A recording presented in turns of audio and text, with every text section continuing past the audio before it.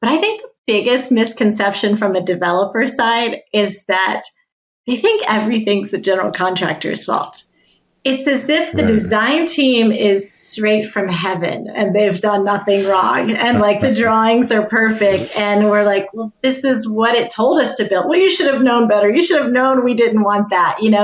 I think that's the biggest misconception from a developer side of a general contractor.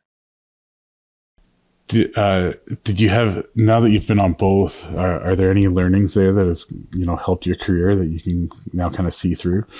Oh, absolutely. So what's interesting is the general contractor that I was with for 20 years had just finished a almost $100 million project with the developer that I went to work for.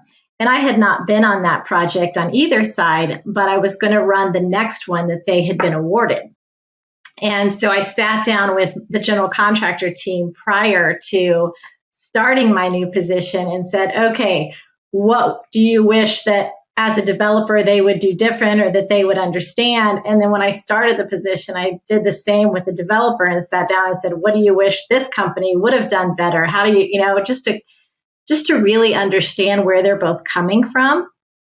And man, it's what I learned the most, particularly with private money, is the frustration over changes, right? Like particularly in multifamily private money, from the time that someone starts designing a project to the time that it's done, it could be 3-4 years, depending on the size of the project. And those materials that they thought they were going to start with are outdated by the time. And so in the middle of the project, they decide to change materials. And that is so frustrating for the construction team, right? I mean, construction team, mostly men. Men are task oriented. Give me a task, I'm going to go knock it out. Well, now you just change the whole thing, right?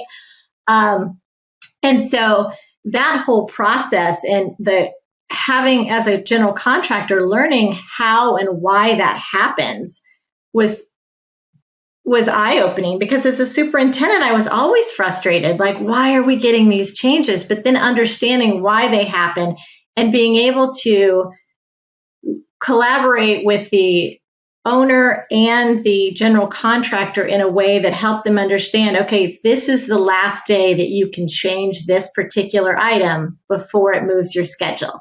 And helping the general contractor just be more comfortable with accepting change is coming. We just have to set dates as to when no more changes can happen without the schedule slipping. I think that was the biggest thing for me.